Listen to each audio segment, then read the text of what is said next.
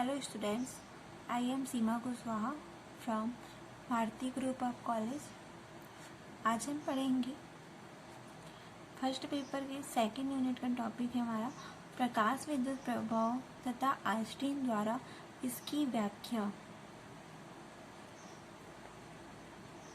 सन 1888 में वैज्ञानिक हॉलवैक्स ने प्रयोग द्वारा देखा कि जब किसी धातु तल जैसे जस्ते का प्लेट पर पराबैंगनी प्रकाश अथवा लघु तरंग दैर्ध्य का प्रकाश डाली जाती है तो धातु तल से मुक्त इलेक्ट्रॉन उत्सर्जित होने लगते हैं।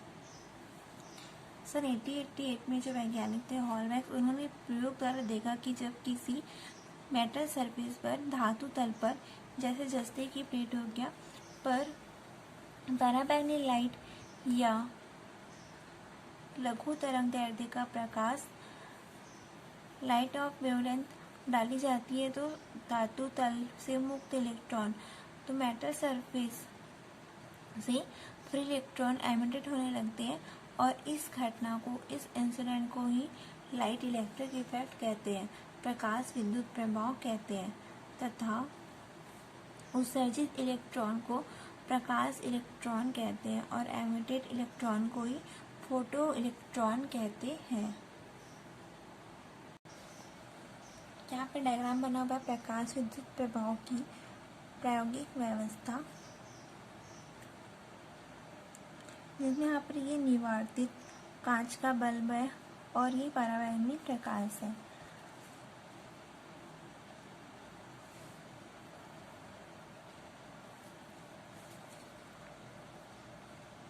चित्र में प्रकाश विद्युत प्रभाव के अध्ययन की व्यवस्था प्रदर्शित है। यहाँ पर प्रकाश विद्युत प्रभाव की प्रायोगिक व्यवस्था को बताया गया है, जिसमें एक निर्वातित कांच के बल्ब में ए जो है वो जस्ते की एक चकती तथा बी है वो किसी अन्य धातु की जाली है। ए है वो जस्ते की एक चकती और बी किसी अन्य धातु की जाली है। इसका संबंध एक बैटरी द्वारा धारामापी जी से कर दिया गया है और इसका जो रिलेशन है वो धारामापी जी के द्वारा कर दिया गया है। प्रकाश की अनुपस्थिति में धारामापी जी में और लाइट की अनुपस्थिति में जो धारामापी जी है उसमें विक्षेप डिफ्लेक्शन शून्य होता है। जब जस्ते की चकती ए पर पराबैंगनी प्रकाश डाला जाता है तो हम पाते हैं कि यदि इलेक्ट्रोड बी धनात्मक विभव पर होते हैं, पॉजिटिव पोटेंशियल पर होते हैं तो धारामापी जी में विक्षेप प्राप्त होता है, अर्थात परिपथ में सर्किट में करंट फ्लो होती है, परिपथ में धारा बहती है और जिसे प्रकाश विद्युत धारा फोटो इलेक्ट्रिक करंट कहते हैं।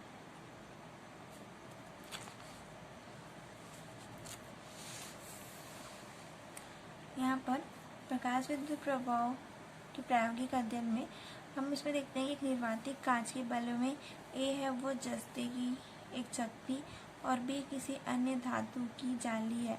इसका संबंध एक बैटरी द्वारा धारामापी जी से कर दिया जाता है। प्रकाश की अनुपस्थिति में धारामापी जी में जो विक्षेप होता है वो शून्य होता है।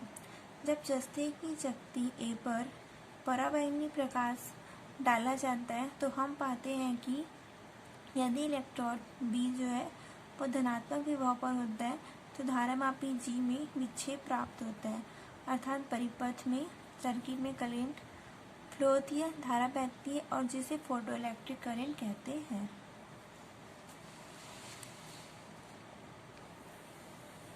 हम इसका प्रायोगिक निष्कर्ष देखते हैं। प्रयोग द्वारा प्रकाश विद्युत प्रभाव संबंधी निम्न तथ्य पाए जाते हैं।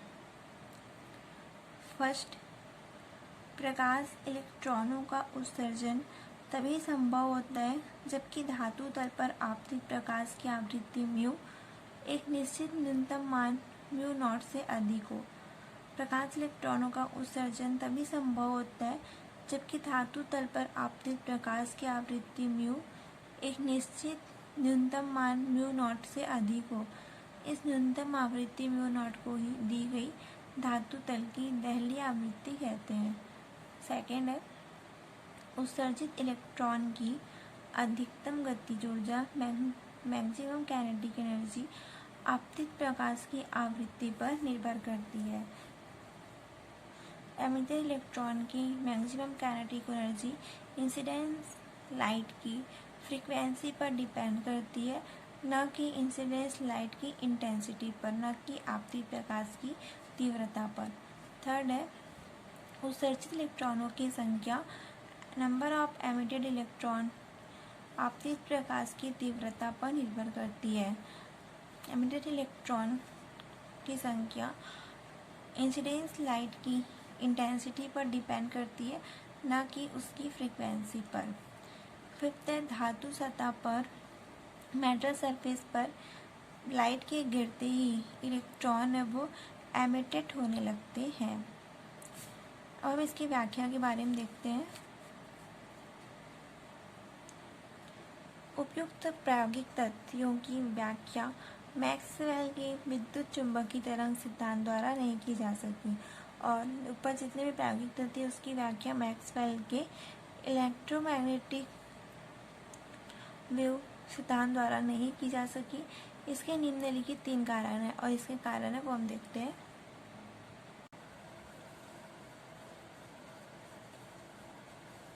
फर्स्ट है तरंग सिद्धांत के अनुसार आपतित प्रकाश की तीव्रता बढ़ाने पर तरंगों का आयाम है वो बढ़ेगा, जिसके तरंगों द्वारा संचरित ऊर्जा बढ़ेगी।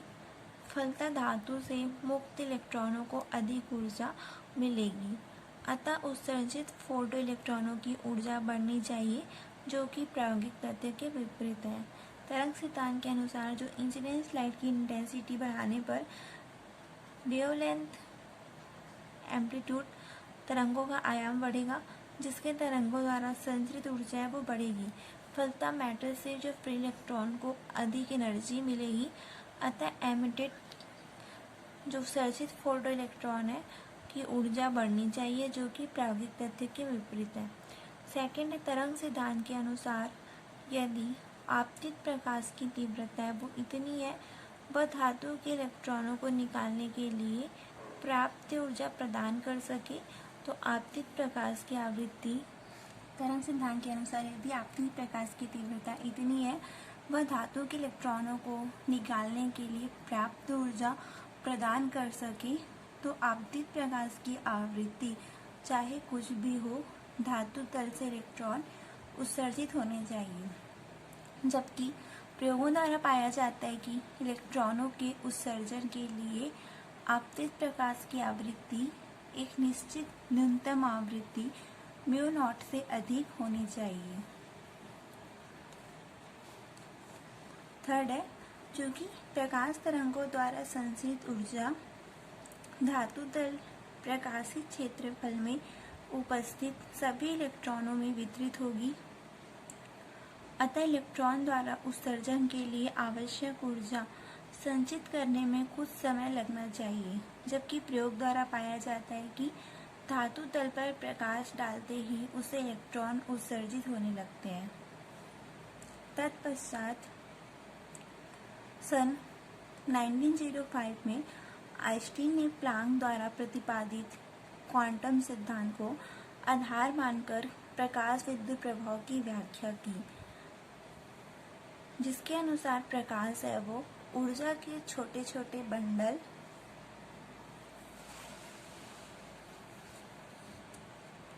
अथवा पैकेटों के रूप में प्रकाश के वेग से गमन करता है, और प्रकाश के इस बंडल को ही फोटॉन कहते हैं।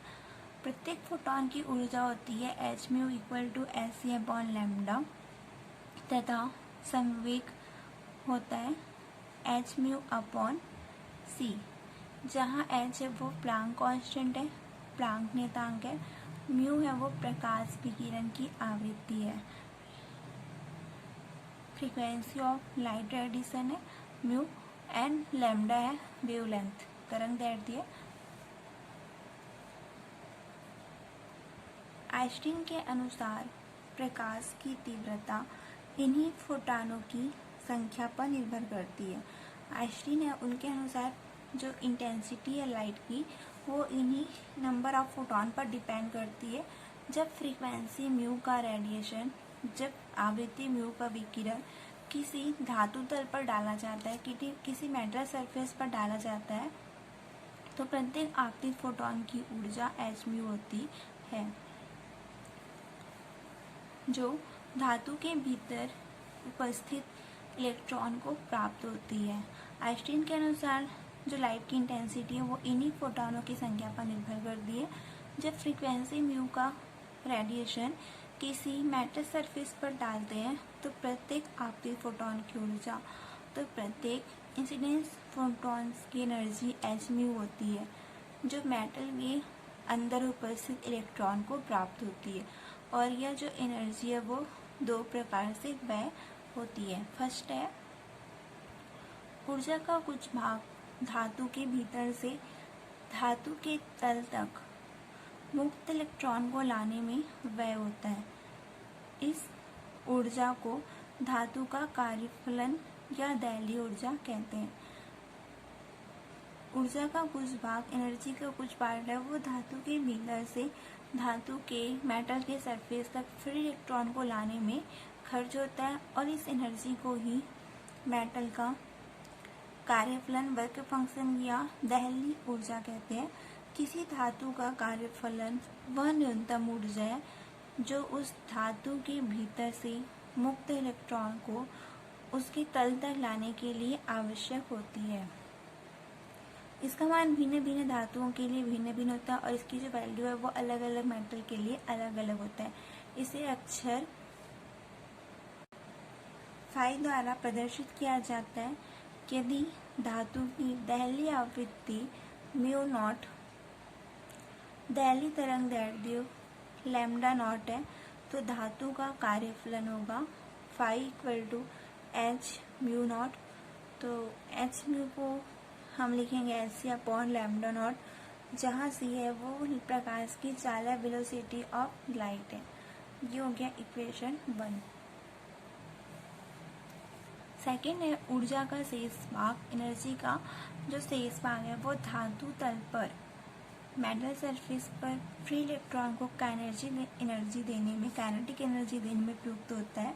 यदि उत्सर्जित इलेक्ट्रॉन का द्रव्यमान, यदि एमिटेड इलेक्ट्रॉन का जो मास है वो m और वेलोसिटी दी है, तो इलेक्ट्रॉन की काइनेटिक एनर्जी होगी E के इक्वल टू हाफ mv²। अतः ऊर्जा संरक्षण के सिद्धांत से फोटॉन के द्वारा दी गई ऊर्जा इक्वल टू उत्सर्जित इलेक्ट्रॉन की अधिकतम गतिज ऊर्जा प्लस धातु का कार्यफलन। तो यहाँ पर फोटॉन के द्वारा दी गई ऊर्जा को हम डिनोट करते हैं h म्यू से, और उत्सर्जित इलेक्ट्रॉन की अधिकतम गतिज ऊर्जा को E k से, प्लस धातु का कार्यफलन को फाई से। तो यहाँ पर वैल्यू रख दी है h mu equal to E k plus phi. उत्सर्जित इलेक्ट्रॉन की अधिकतम गतिज ऊर्जा, एमिटेड इलेक्ट्रॉन की मैक्सिमम काइनेटिक एनर्जी होगी E के equal to h mu minus phi. ये हो जाएगा इक्वेशन 2। यदि आपतित फोटॉन की गतिज ऊर्जा धातु तल के कार्यफलन के बराबर होती है तो धातु तल पर इलेक्ट्रॉन की गतिज ऊर्जा वो शून्य होती है। इस स्थिति में आपतित प्रकाश की आवृत्ति को दैलीय आवृत्ति कहते हैं। यदि इंसिडेंस फोटॉन की काइनेटिक एनर्जी है वो मेटल सरफेस के कार्यफलन के इक्वल होती है तो धातु तल पर मेटल सरफेस पर इलेक्ट्रॉन की जो काइनेटिक एनर्जी है वो शून्य होती है। इस स्थिति में इंसिडेंस लाइट की फ्रीक्वेंसी को, आपतित प्रकाश की आवृत्ति को दैलीय आवृत्ति कहते हैं। अर्थात जब mu equal to mu naught है तो E के इक्वल टू होगा 0। समीकरण 2 में हम E के इक्वल टू 0 रख देंगे तो ये हो जाएगा और mu equal to mu naught, तो 0 equal to H mu naught minus five,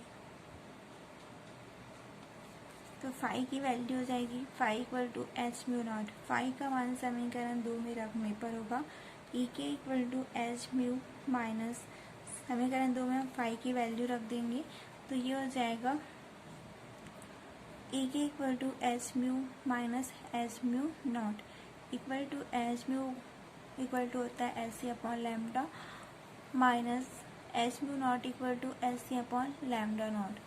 ये हो जाएगा समीकरण 3। समीकरण 3 को ही आइंस्टीन का प्रकाश विद्युत समीकरण कहते हैं। आइंस्टीन का इक्वेशन 3 को ही आइंस्टीन का लाइट इलेक्ट्रिक इक्वेशन कहते हैं।